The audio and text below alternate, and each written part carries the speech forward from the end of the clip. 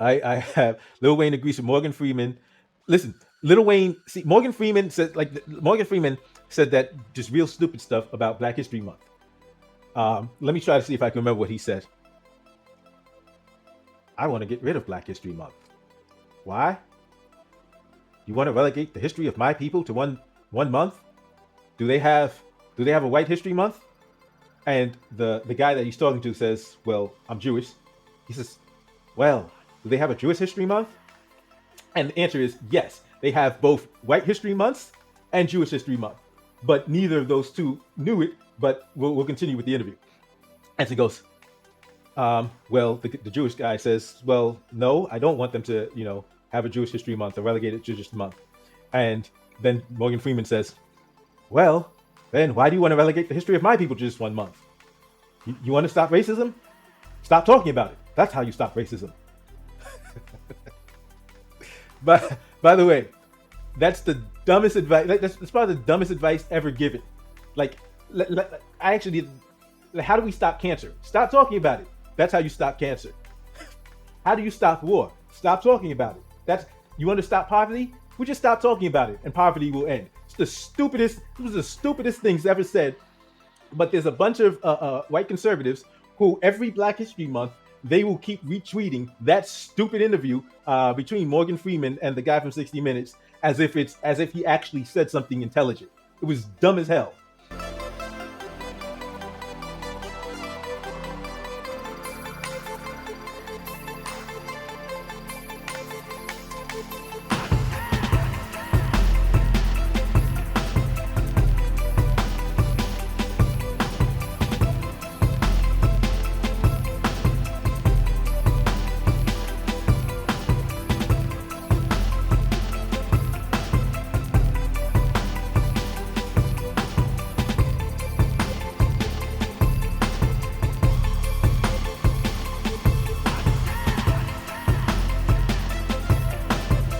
Yeah, you gotta let me know your thoughts, man.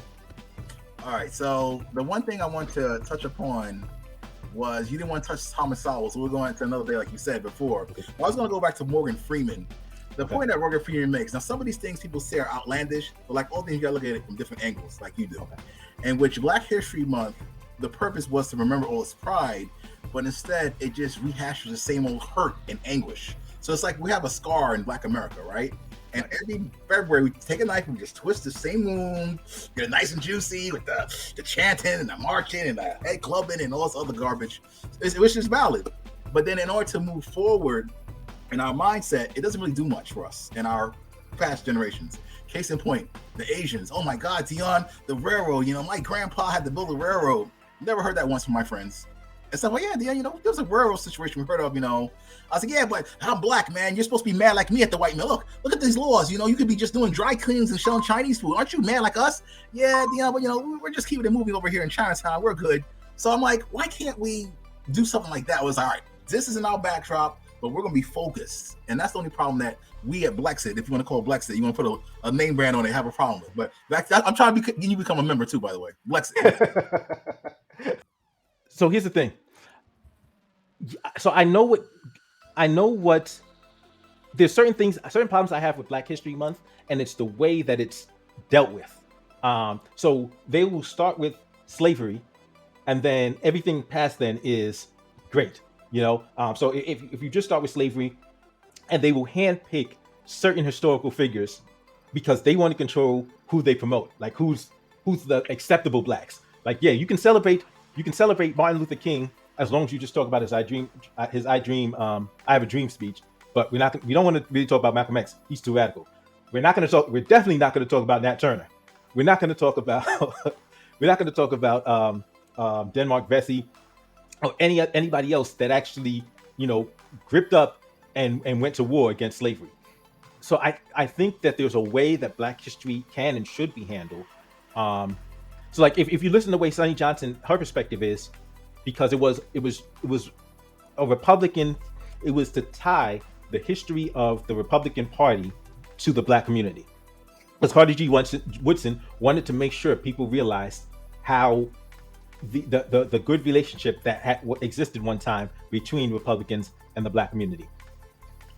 I think now it's even more necessary because if we're talking about something like reparations, we need to know the history because we know bits and pieces, but there's so many people who don't know the Black Wall Street.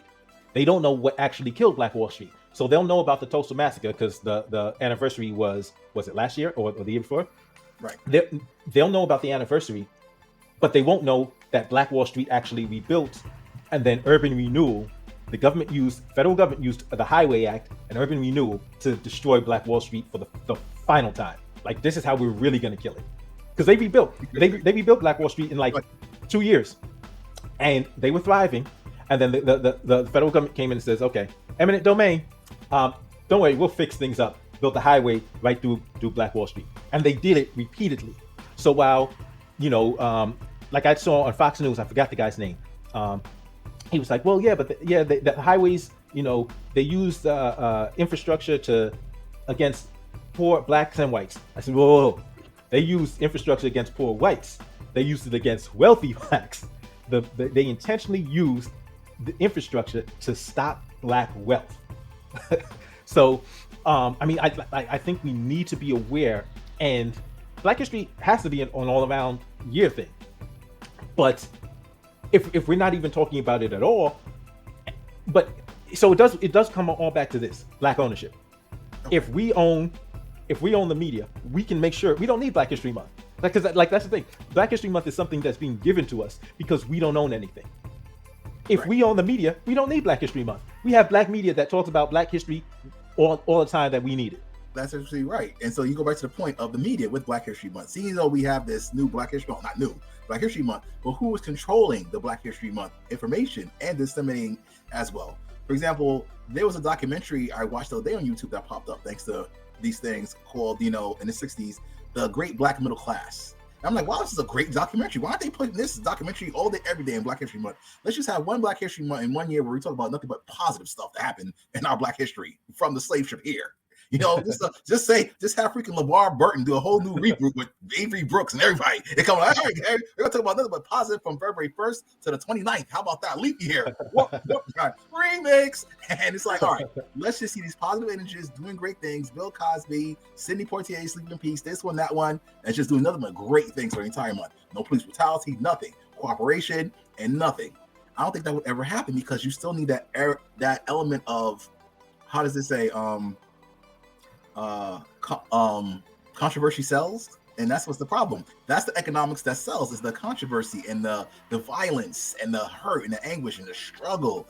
I mean, good news doesn't really do much for us, and that's the problem that we're having. That's why we go back to Blexit again. Critical race theory. Black History Month was like a big thing, but now it's critical race theory that we're actually showing people. But back to your point of Black economics, right? If you want to call it that, even with Black history, critical race theory, and all stuff, who is actually getting paid at the end of the day of disseminating this curriculum and implementing this curriculum?